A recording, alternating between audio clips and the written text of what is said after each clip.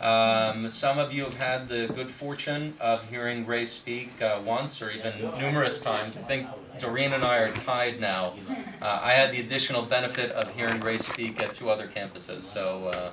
But in any event, I also had the great fortune of having lunch with Ray the other day. We had a number of really wonderful conversations. And I really wanted to share with all of you the wonderful story that Ray is going to share.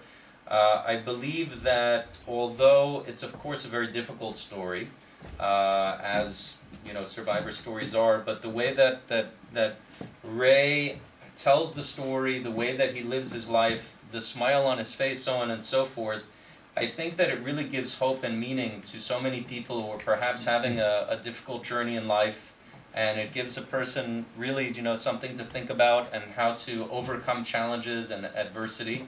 And not only that, but you know, Ray's knowledge of history, knowledge of the time is exemplary. And what I really love most about Ray is his menschlichkeit. He's just a real mensch, a real, you know, I consider it very fortunate to call him a friend. So I could keep praising you all day, but you're probably not going to be happy if I do so. So without further ado, Mr. Ray Fishler. Thank you, thank you, thank you. Thank you very much. Rabbi, thank you for your beautiful introduction. I didn't expect it. I didn't think it was me. Anyway, I'm here to speak to you. Now, I was wondering, should I speak little and have you read the book and then find out more about me? But I decided that I'm going to speak about my experiences. The rabbi told me that this would be more important than anything else. And then, if you would like to fill in on what I won't be able to talk in the short time that I have available, then you could have the book and read from the book. Now, I lived in a small town in Poland. I was only 14 years old when the war broke out. Could you imagine that a 14-year-old boy going to public school, going to Cheder, and suddenly I was caught in the middle of the most incredible war. And not only the incredible war, but in the most incredible catastrophe that the world, that humanity ever faced. When the war broke out, I lived in a beautiful family. I had a beautiful family. We were 8. My book said, once we were 8. I had 3 brothers, 2 sisters. We had a wonderful family. From my father's side and my mother's side, each one had, there were 6 brothers and sisters. You could imagine how many cousins I had. We enjoyed the most beautiful life. We didn't have to go to movies. We didn't have to go to shows. We had our own entertainment. When we got together, all the cousins, in my grandparents' home, this was our entertainment. Could you imagine almost 60, 70 kids running around and enjoying playing with your grandparents? They always prepared loads of cookies with milk, with cheese. Life wasn't easy in Poland, but they managed to keep us happy. I attended Cheder, and I was fortunate that we had excellent teachers, because I do speak to many peers my age, and when I compare what I have learned in Cheder, I'm proud of it. The first days of the war was quite quiet. On the 7th day, there was a battle in my hometown. The battle lasted the whole afternoon. After the fight was over, there was a Polish division of cavalry retreating, and they were attacked by the Germans. Quite a few houses in the town were burning. People came in to seek shelter in our home because we lived in a brick home, so they thought it's stronger, and they stayed with us. As a matter of fact, after the war, when my wife and I went back to Poland, some of the people that were still alive came over and thanked me for giving them the shelter at the time of the fight, of that battle that was going on. My father was the president of the Jewish congregation for 11 years before the war, and he retained the same position. It is prestigious to be the president of the congregation, but during the war, it wasn't so easy.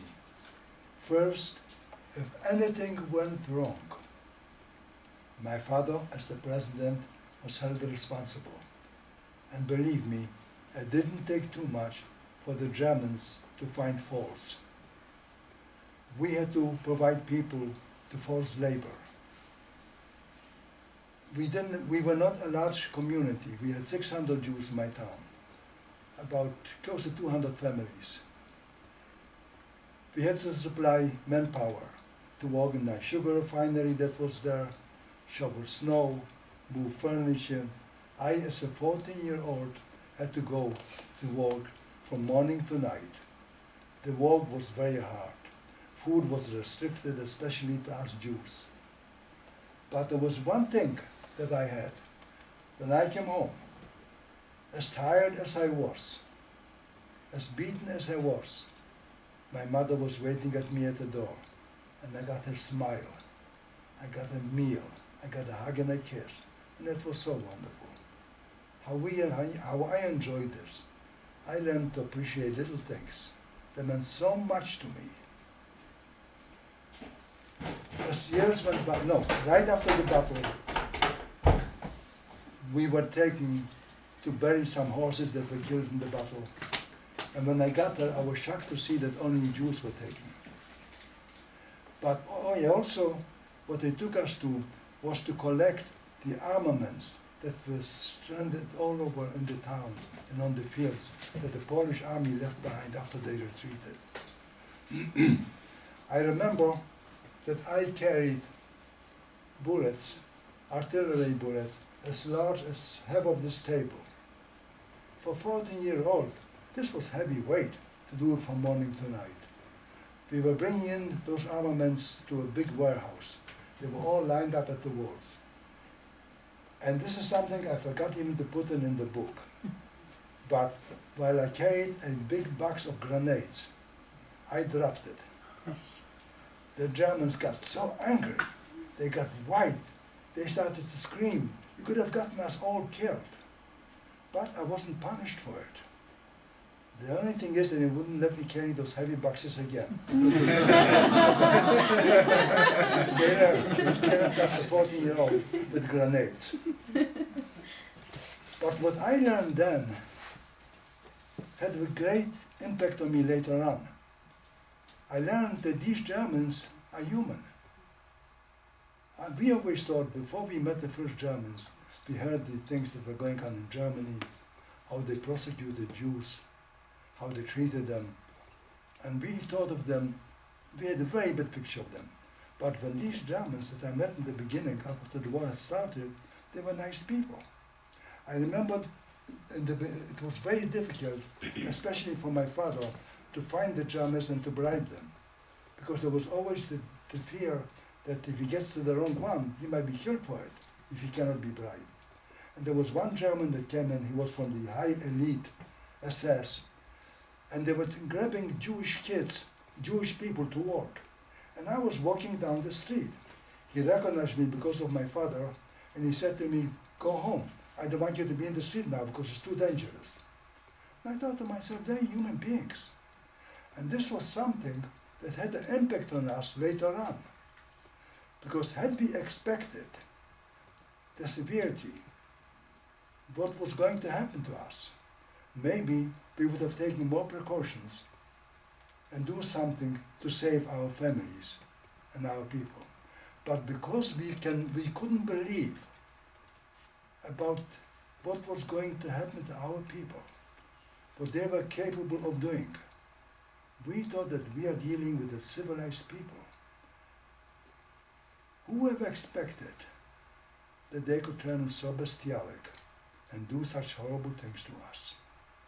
Even when they took the transports, and we didn't know where they took them to, we felt that maybe they're taking them someplace to camps, and they would keep the people in harsh conditions with little food, but no one ever thought that they are going to kill them. We were fortunate that we were home until 1942. Our war started in 1939. This was a long time. We were thankful for being able to be home. And we never in our lives dreamed what was going to happen to us. In 1942, in the beginning of 1942, my brother-in-law came over running to us. He knocked on the door about 3 in the morning, and he informed us, my future brother-in-law, he informed us that the Germans came to his town. They took away all the people all the Jewish people. He was able to run away, and among them was his mother. They took his mother. He thought that maybe my father, through the connections that he had with the Germans, he could find out where they were taken. When we got dressed and went into the Jewish Community Center, we found a telegram asking us that people were brought to a town Slomniki, which was about 35 miles away from our town. And they need food for those people. We engaged our bakers to bake the whole day and the whole night. This was a Friday night, and Saturday they were baking the whole day. I'm sure that God forgive them for baking on Saturday. Sunday morning, we had 400 breads ready. We needed volunteers to bring the food for them.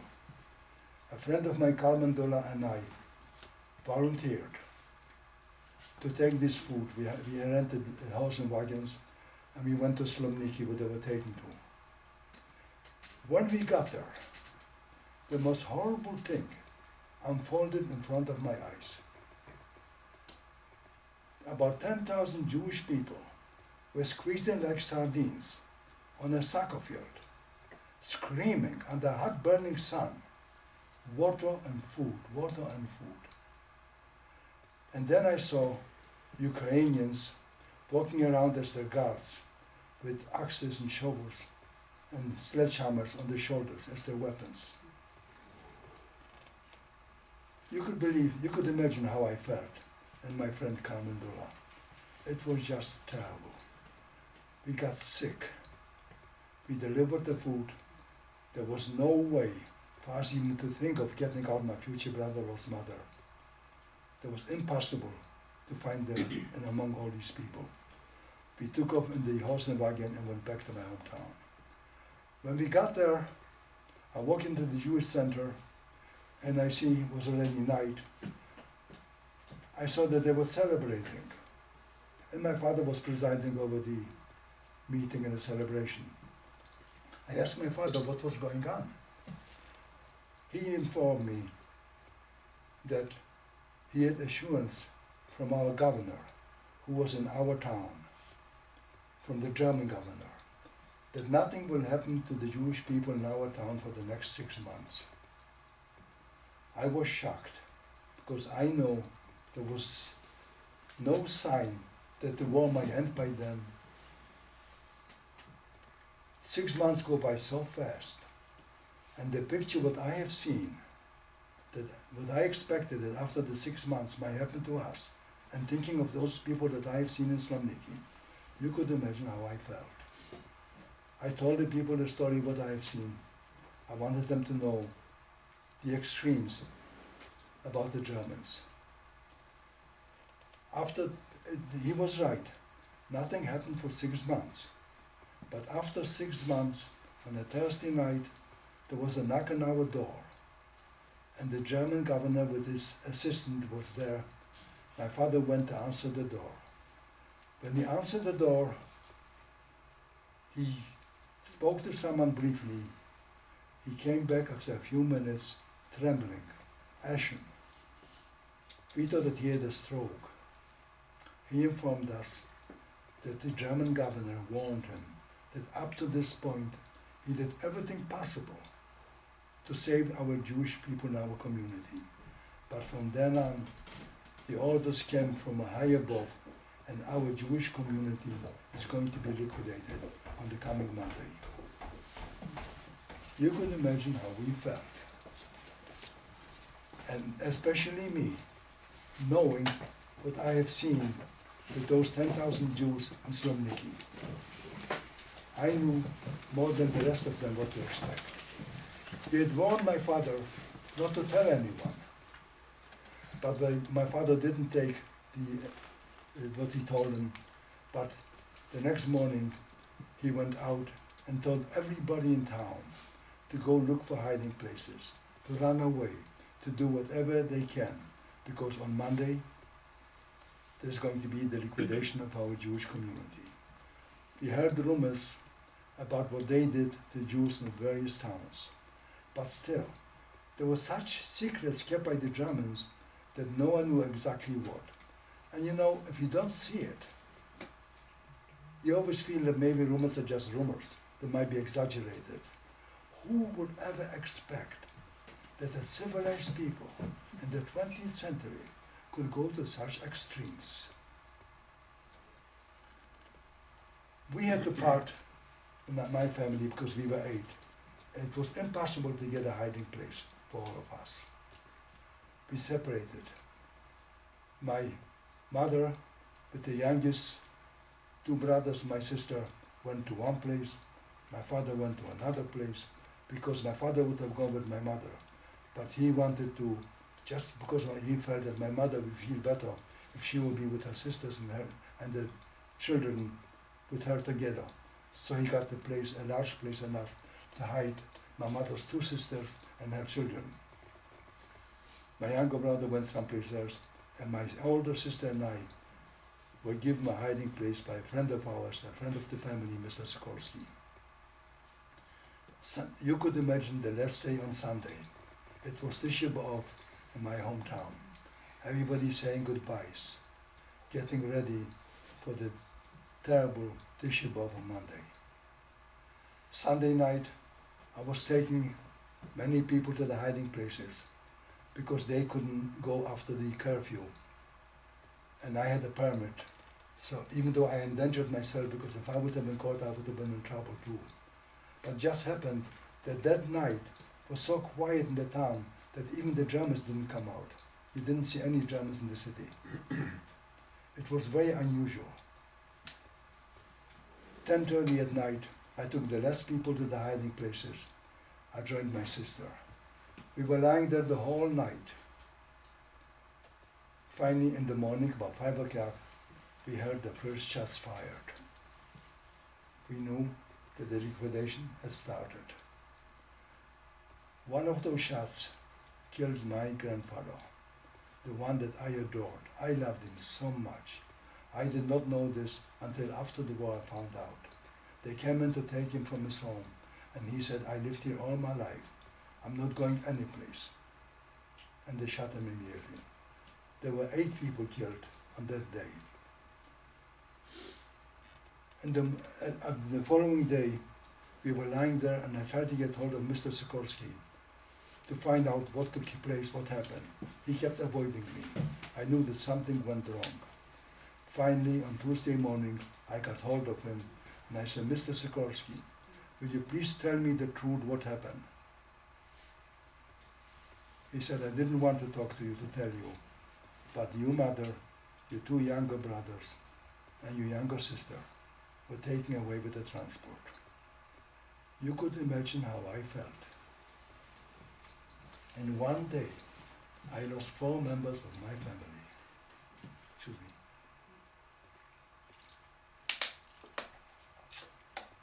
We lay there and cried the whole night. But there's nothing that we would have done anymore. Had I known that my mother was taken, I would have joined her. I wouldn't be here now. I would never have let her go alone. But by the time I found out, they were all taken away, and I couldn't do anything. We were lying there in hiding. I heard that my brother's looking for me. He's coming out from his hiding place, endangering his life. The same thing with my father. They were coming every night to Mr. Sikorsky to ask for us. Sikorsky told them that we were hiding there during the liquidation and that we are not there anymore, because he was afraid that if the Germans will catch either my father or my brother, he might tell them they might be tortured and they will disclose where we were hiding. And I'd like you to know that the Germans were threatening the Polish people that if they hide a Jew and they will be caught, not only they will be shot, but they will kill the whole families. You could imagine what chance they took, that they endangered their lives and the lives of the families to hide a Jew. This is why sometimes I hear some harsh things about Polish people. Yes, there were some many Polish people that were not nice. I'm aware of it. But when you go down to Yad Vashem and you go on the road of the righteous, of the Alley of the Righteous, most of the names there are Polish people. Many times I question myself, what would happen if someone comes to me and tells me to hide him, and I know that I'm endangering not only my life, but the life of my family? What would I do? I know what I should do, but I don't know what I would have done. After a while, I told Mr. Sikorsky to tell my brother and my father not to come there anymore, but to stay in the hiding places. And I was told that my brother is with a group of 320-something people that came back out of the hiding places after the liquidation. The Germans made a proclamation that if they come out on their own will, nothing will happen to them. They will be taken away to a camp, they'll be kept there until the war will be over, and then they will be able to return to their homes. 324, I'm not sure, 26 people came out. Among them was my brother. When I heard this, during the day they let them roam around in the streets to make them believe that they mean what they say. But I told my brother that I don't trust them. And at night they used to keep them in the school and knock them into sleep. I told him not to go back at night to the school, to find a hiding place until I would get in touch with him. And then we would try to do something. After a week, I sent my sister to Krakow, where my future brother-in-law was. He ran away before the liquidation. And we made up that I would send his future wife to meet him in Krakow in the ghetto.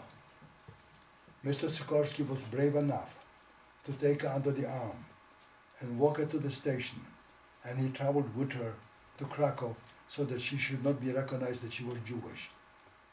And the evening he came back, you could imagine how I felt when she was traveling there, until Mr. Sikorsky came back and told me that she arrived there safely and she met her future husband there. Now I had to worry about my brother. He found another hiding place. He did not go back to school at night to sleep, and he waited to hear from me. A week after the first Jews came out from the hiding places, they took all the 320-something people, they put them in horse and wagons and told them that they are being taken to the train station to be taken to the camps. When they took them, when they got shortly before the station, the road split. One way was to the station, the other one was to the woods. At that point, the Germans directed all the horse and wagons to the woods. And the people found out, the minute they saw that they're going to the woods and not to the station, they knew what to expect. I was told later by witnesses, by eyewitnesses, the screams, the carrying on was unbelievable. All 324 people were shot in those woods. The woods where I, as a child, used to go there Saturday afternoon, lie down on the grass, daydream, watch the tall trees, listen to the chirping of the birds. It was such a beautiful place. Who ever believed that this is going to be the burial place for so many of my friends and relatives? After I heard about this, I knew that I have to do something. I couldn't stay much longer with Sikorsky because I was afraid that some Poles suspect that he is hiding someone and squeal on me. I let my brother know that we are going to try to make it to Krakow to join my sister. One morning we got up and we tried. It was with difficulties, with many things that happened on the way. Mr. Sikorsky went with me, but he did not stay right next to me like he did with my sister, but he walked about 50 feet behind me. I made it covered by trees into the darkness of the night when I crossed one of the streets on the way to the station. Mr. Sikorsky was stopped by the Gestapo. Had I left my place 2 minutes later, I wouldn't be here now talking to you. By a minute or two that I left the place when I did, I'm here now. And this is the story of my life, all through the camps, everything that happened. And I honestly believe that someone above watched over me, because I came so close, so many times to be shot, and each time I got away. I was in the camp Krakow-Plaszow, where Schindler's List was filmed. I was there 2 long years. If many of you probably have seen the picture Schindler's List, Yes. you remember the commander Amon Gert, the brutal murderer. Oh, yeah. I had 4 encounters with him. And to have an encounter with Amon Gert and to be alive and to talk about it is a miracle. And I also had the satisfaction to be a witness against him after the war. After terrible 2 years, where I witnessed so much wrong in that camp, I was managing a tailor factory. I was just a kid. My father was a tailor at home. As a kid, I used to go into the factory and I watched the people work. This is as much as I knew about tailoring. I became the manager over 20 people, 20 tailors. I ran the factory almost through the duration of my being in that camp. But after 2 years, there were only 400 left out of 25,000 inmates that were in that camp in the height of the season. We were only left 400. While I was in that camp, by the time they reduced the amount of people to 400, they took away my brother on a transport and I lost my sister. I was only left with my father. The rest, on January 12, 1945, they took away the 400 of us because the Russians started the offensive. They were standing about 60 miles away from our camp for 6 months, regrouping. We were hoping, we knew about it, we were hoping that maybe they would start the offensive, but it took them so long. If they would have started the offensive, they wouldn't have stopped. At least my brother would have been alive. Finally, on January 13, 1945, they took us away from Plaszow. They made us march 35 miles, and after an ice storm, on frozen grounds, to Auschwitz. We got to Auschwitz, we were put into the showers. We heard about showers in Gessing. I cannot possibly describe how we felt when we were put into the showers. All our heads turned to the shower heads, not knowing what will come out, Cyclone B or water.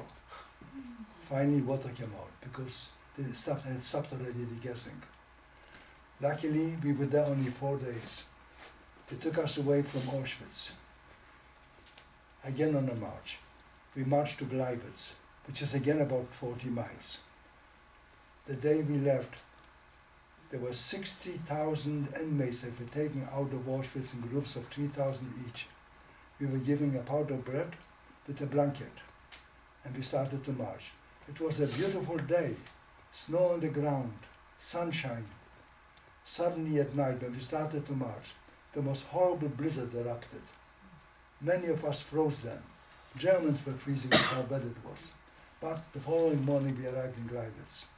We were there one day, then they put us on trains and open cars in the winter, January, February, snowing every day. All we had is the thin, striped uniform and a blanket and a pound of bread. We were in those trains more than 2 weeks, almost 3 weeks. I I don't know exactly how many days. You could imagine how we felt day after day after day. Snow, snow, cold, and hardly any food. I was separated when we got on the train from my father, but I made it. I found him. I took a chance. All my friends in the car that I was in, they told me not to take the chance because they will kill me once I get out of the car. I managed to do it through an ingenious way that I decided I would tell him that the Germans sent for me. I knew his name. And I found my father. We spent the rest of the trip together. We were in Dresden of the day when they were bombing Dresden, this horrible firebombing. Then on the way back we passed through Dresden again. We had lost many people already by then due to hunger, frostbite. And in Dresden, as a reprisal for what the Allies did to the Germans in that town, they took 10 people from every car and shot them at the station. They shot close to 300 people at the station that day. When the guy came into our car and started to select the 10, he could have taken my father or me. Had he taken any one of us, neither one of us would have survived because we would have joined him. Finally, we made it to Oranienburg. When we got off the train in Oranienburg, I met a German that I knew from Plaszow and from the factory that I was running. And he told me the minute he saw me, if we get to the next camp, you will open a factory exactly the way you did in Plaszow. It took us another 2 weeks, 3 weeks before we got to the other camp. Because first we were in Oranienburg 1 week. This was a place where they were making planes, Henkel planes. Then from Oranienburg they took us to Flossenburg, the most terrible camp, almost as bad or even worse than Auschwitz. We were there 1 week. Finally we got to Plattling. In Plattling we stayed about 3 months until April 19, from February to April 1920, April 27th. Then on April 27, they took us away from Plattling. There I opened the factory, and I was running it with my father. Life was tough, but at least we had a place that we stayed, and in Plattling there was hardly any shooting. We lost some people due to hunger, but not because they were shot. The march from Auschwitz was called the Death March. We left 3,000 people. By the time we arrived in Oranienburg, there were about 1,800 of us left. But from when we left Plattling, there was no real shooting. As a matter of fact, one of the German officers sent along a truck with food for us, so wherever we stopped, we should be able to have something to eat. They knew that the war was almost over, and things have changed. Even though we lost some people on the way, because all we did to walk by foot and they were so weak that they couldn't do it. While we walked on May the 3rd, a friend of mine, Max Greenberg, was so weak that he couldn't walk on his own anymore. And anytime someone was not able to keep up with the group and kept the group behind, the Germans kept behind and they killed them. When I and my friend Raymond that survived the war and lived in Philadelphia after the war, saw that Max is so weak, we grabbed him under the arm, dragged him along, so that the Germans shouldn't notice it, that he is so weak. But they did notice, they kept him behind, and Max we heard shots, and we thought that he was killed. We felt terrible. The war was almost over. We knew that we heard the shots all over. We knew the front lines that was near to us. They didn't know they were dragging us from one place to the other one. And now we lost Max. We went through so much together. But we had to worry about ourselves. My father and I were still alive, and we tried to hold on to our lives as much as we could. 2 days before the war was over, my father and I were taken to be shot. One of the fellows in the group noticed it. He ran over to the commander and told him the 2 tailors were taken to be shot. The commander started to yell, "Don't shoot," from a distance to this fellow that took us away to this guard. And the last minute, He stopped him from pulling the trigger. That night we ran away. The last night of the war, I hid with 50 Germans, so the soldiers were waiting for the Americans to come to liberate them. They were deserters. They knew that the war was over. When I walked in at first to the barn and I saw those soldiers, after I ran away from our group, I told my father, here we ran away from them, we have them here again. But then I found out that these were deserters and they were waiting for the Americans. The last night of the war, in 1945, I hid in a barn with 50 German deserters, waiting for the Americans to come. The following morning, I looked out through an opening in the walls, and I saw at a distance silhouettes of army men, and I realized these were not the Germans, they looked different. By then I knew that we were liberated, the war was over. We were liberated from the fear that we always had a guard behind us with a rifle on the shoulder to be killed any moment, whenever he wanted. But we had another enemy, the future. Many of the nationals that were taken to forced labor, when the war was over, they had something to rejoice about. They had places to go home. They had families waiting for them. We had no one. We were alone. No place where to go. Nobody wanted us. We hoped that maybe the world will learn something from our experiences when they were here, what happened to us. They didn't learn. All the gates, all the possibilities to emigrate from Germany were taken away from us. We were forced to stay in Germany for another 4 years before I finally got papers to come to America. After 4 years living in Germany, in the land of our enemy, my father and I stayed there. I got my papers first, and I emigrated to America. My father remained in Germany. One of the reasons why he remained in Germany is because by the time his papers arrived, he had opened a business, and he was too old. He felt that he went through enough in his life, and he doesn't want to come to America and start a new life. I came here, but I forgot to tell you. Right after the war, after the liberation, I had a dream. And Max Greenberg came to me, slapped me in the face, and said, Ray, I am in the hospital sick, and from all the people, from all my friends, you don't even come to see me. I got up. I felt sick. I knew that Max was sick, was dead. I heard the shots fired. I got on the bicycle. Just to get this out of my system, I drove about 50 kilometers. By the time I came back at night, my father was waiting for me with a smile on his face. I said, Dad, anything new? He said, yes, Max Greenberg is in the hospital. I couldn't believe it. I got on the bike, visiting hours were over, but nothing would stop me from seeing Max. I made my way through the guards, and I saw Max, and he told me the story. He was lying in that ditch the whole day, because that morning, this was in the foothills of the Alps, was nothing unusual for snow to fall there. It was snowing that morning, then the sun came out and the snow melted. He was lying in the ditch of water. He woke up at night, he felt wet and cold. He said, if I'm cold, I'm not dead. Then he started to feel his body to see if he's wounded, because he remembered the shots. He said, I'm not even wounded. But he tried to get up and he couldn't. Finally, on his arms and legs, he crawled over to a farm where the farmers took him in. And because knowing that the war is almost over, they called the doctor, they took him to the hospital, and Max Greenberg survived. I was lucky for many reasons.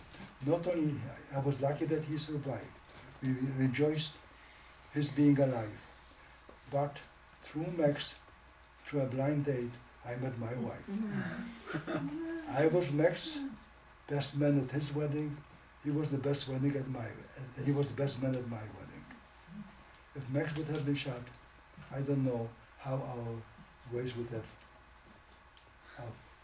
Anyway, this is the story about Max. And these are stories that I have to tell. After the war, I came here to America. I met my wife. We got married. It took me a long time to be able to start a life. I didn't want to get married because I was bitter in the beginning after the war. After all that we went through, reality set in. The enormous losses that we sustained. But I had to use all my strength and resilience in order to start to date and to build a future. I thank God for giving me the chance and the strength to live a normal life. I have a wonderful family. I have two great children, a son and a daughter, a son-in-law, and 4 wonderful grandchildren, and my best in the world, my wife. Thank you.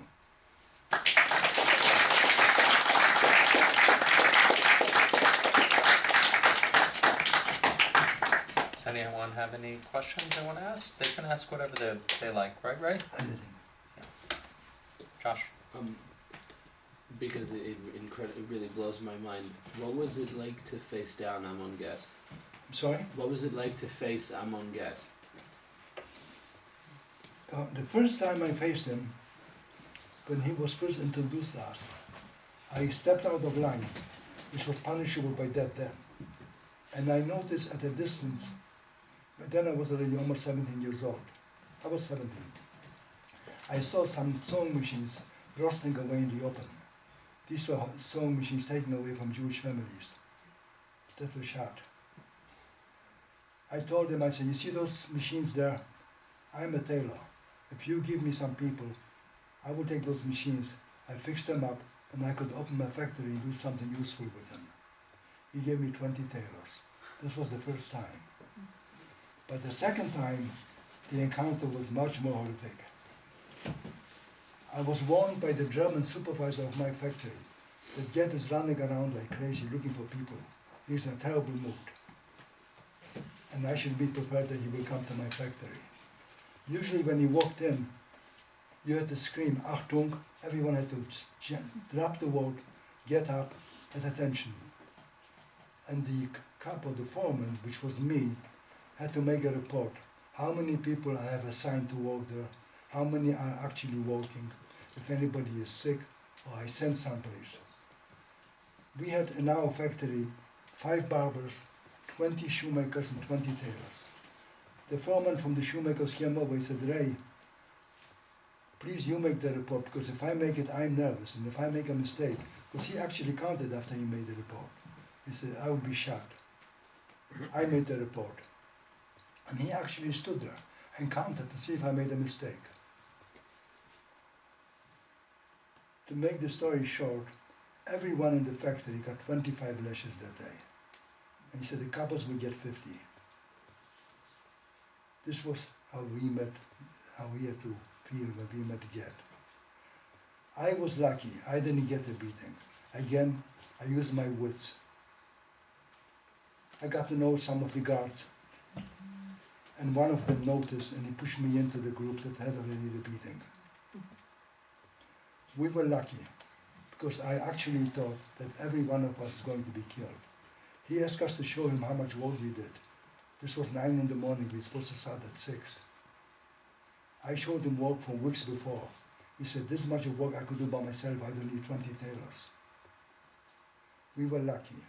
From then on, another 3 times that I had encounters. And we were just lucky someone above them watched over us, because we came so close to be shot by him.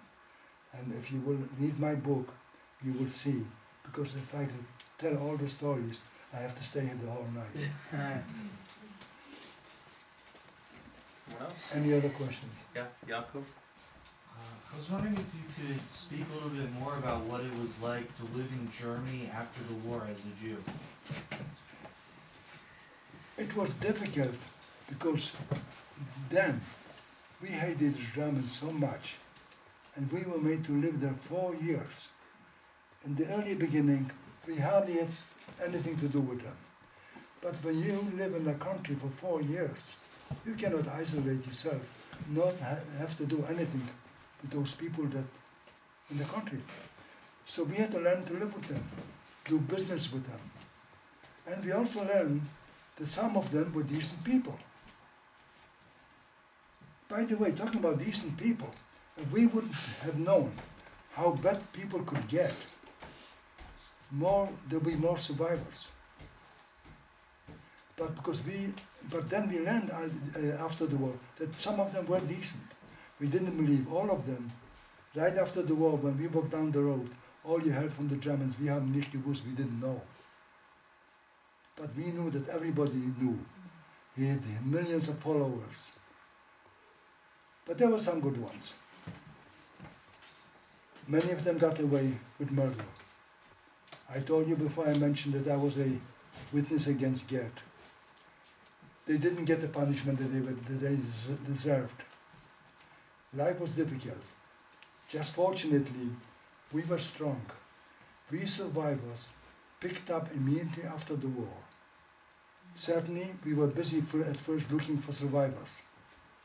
And then we knew that if we won't help ourselves, nobody else will. And we started to build our lives. I was the happiest person in the world. When about a year or year and a half after the war was over, I went to some DP camps. These are the displaced persons camps where Jews were, and saw the Jewish women wheeled children in the carriages. Jewish children born to women that we never thought that they would live. A year ago, I wouldn't give a penny to bet on their lives. But we were so strong enough to start from scratch and build up a life. After a few months, after a year, there's such an enormous black market opened in Germany, only by us Jews, mostly by us Jews. Germans that lived there came to buy merchandise they couldn't get any place in the store. They bought from us. But I can tell you how happy we were that after the 4 years that we were there, we left Germany. And even up to this point, there was the soccer matches the last couple of months. And I watched the last 2 matches where Germany played Argentina.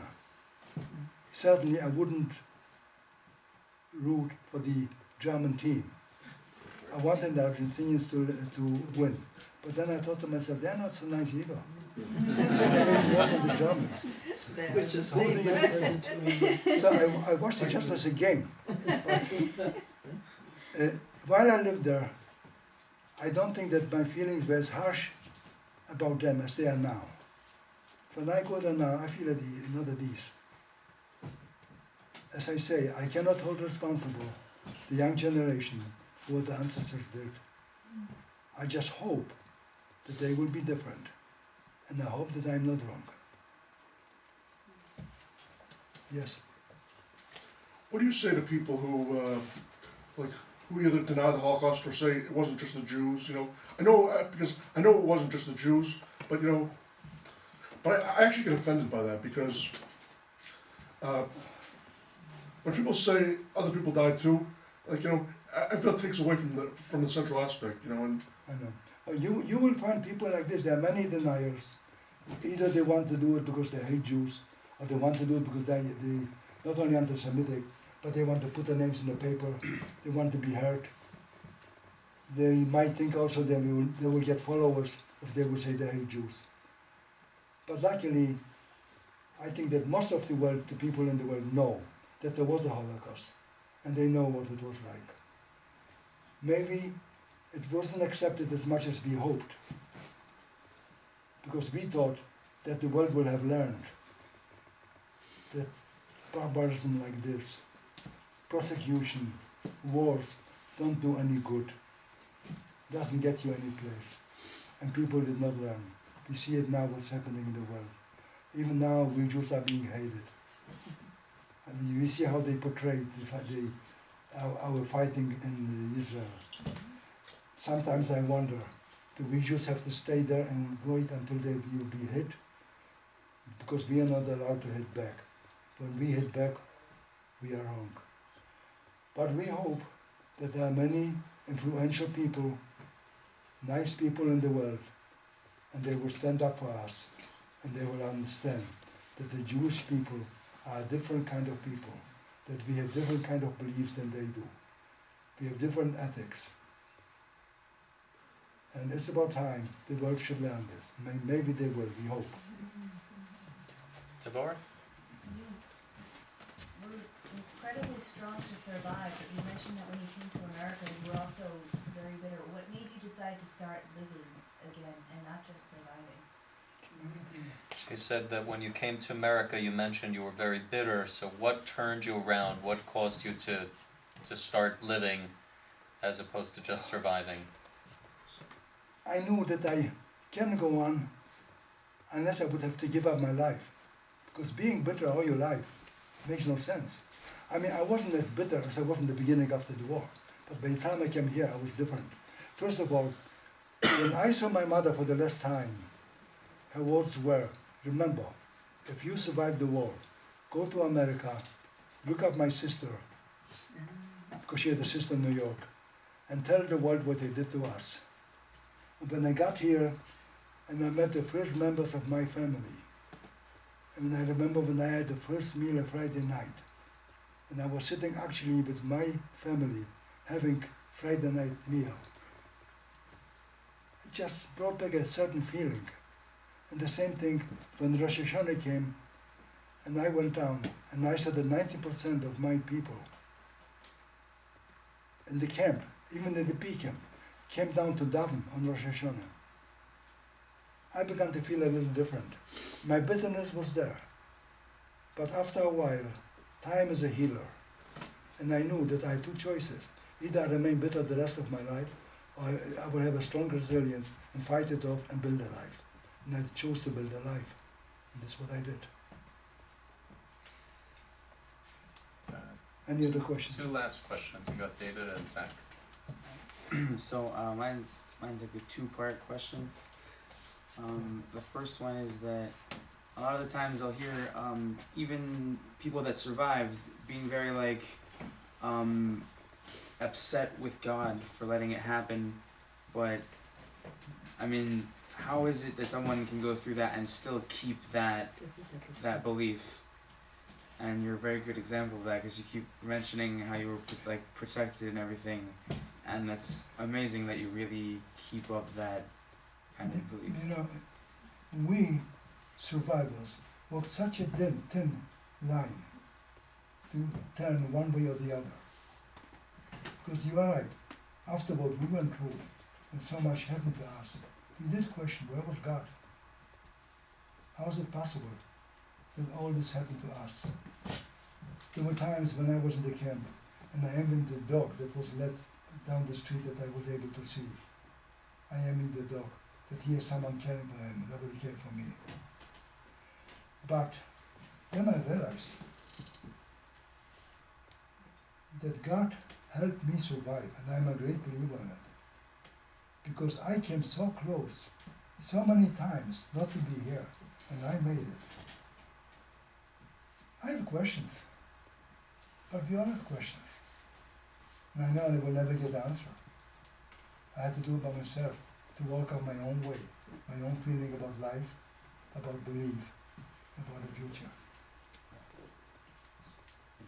And the second part of the question is that I also hear some stories that while some people were in the camps, they still tried to do certain mitzvot while they were there.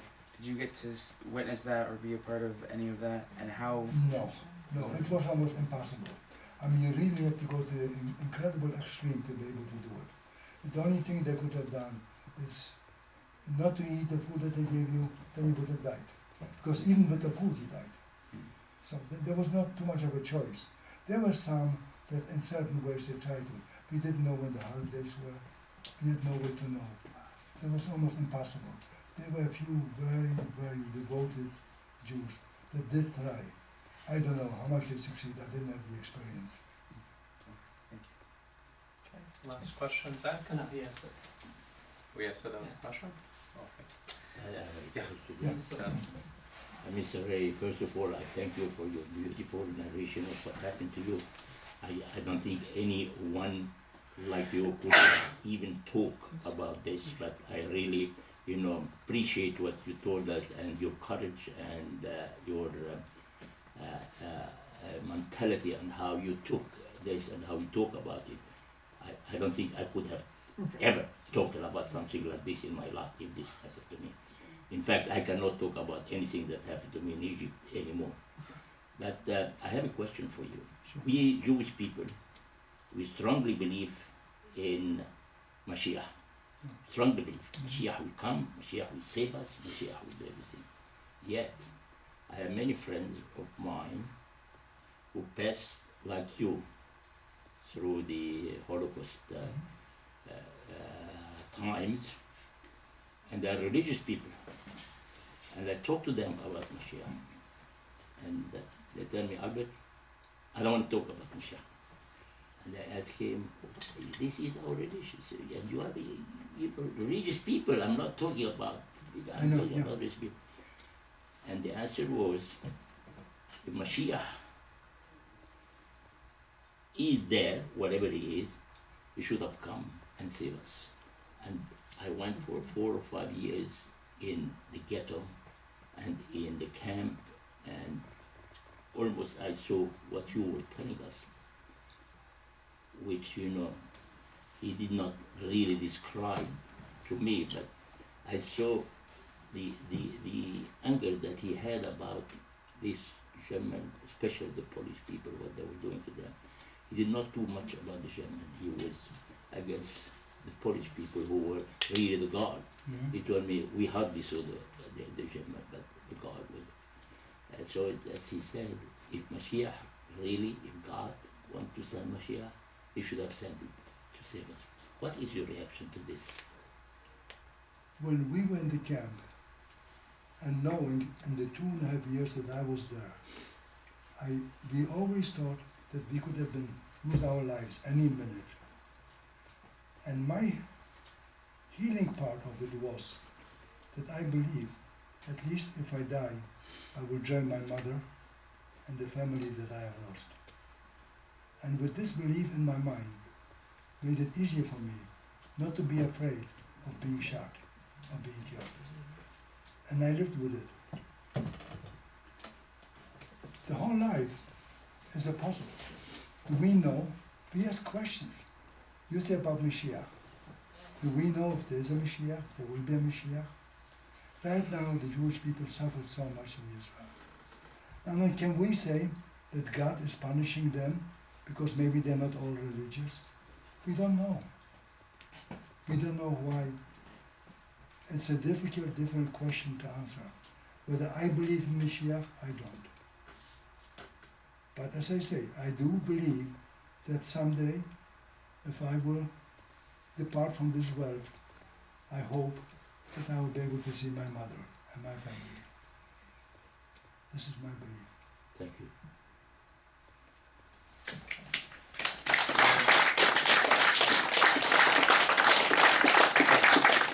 I want to thank you so much.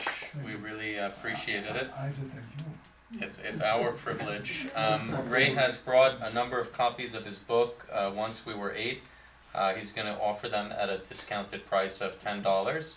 But Ray, on behalf of all of us, you have given us so much knowledge, so much inspiration.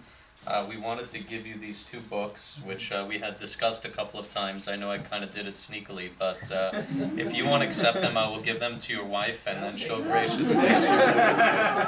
And it's just a small way that we can repay you for what you've given us. Thank you so much. Okay. So if anyone, we're going to close now. If anyone wants to come up and speak to Ray or get an autographed copy, that would be fine. And yeah, sure.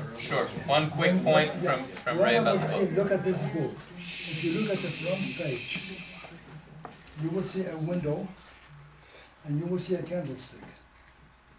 You know, when I left my home, my mother made a package for every one of us. We were 6 children. And she was preparing a package to go away. What do you put in? Food, clothing. I don't have one picture of my family. After the war, I went back many times to Poland, I met the children of the people that had me. I'm still in touch with them. And one of the sons of my landlady kept this candlestick for about 36 years. More than that. More than 40 years, yeah. Hoping that someone will come back. And this is the only thing that I have from my family. Yeah. The candlestick that my mother used to use Friday nights to light candles. It's right in the front page.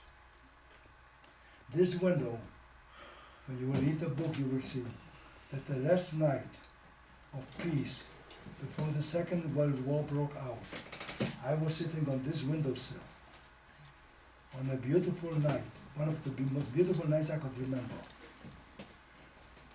and daydreaming about my future, whether I will go to Israel, or I will go to America, or I will go and study someplace in Poland.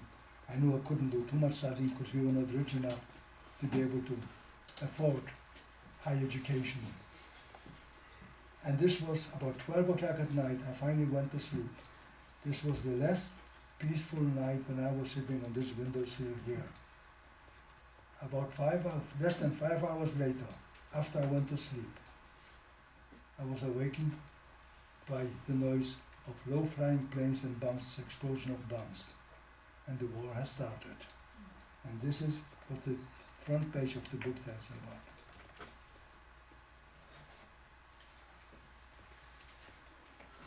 Okay. Tonight happens to be my mother's yahrzeit or Azkara, so in about 10 minutes we're going to pray the evening service. And once again, Ray, I really want to thank you. And I thank you for being so nice. Everyone is more than welcome to come up and to speak to Ray. He's happy to... I would like to get all the books that you have here. What was that? I would like to have all the books that you have here. You're going to give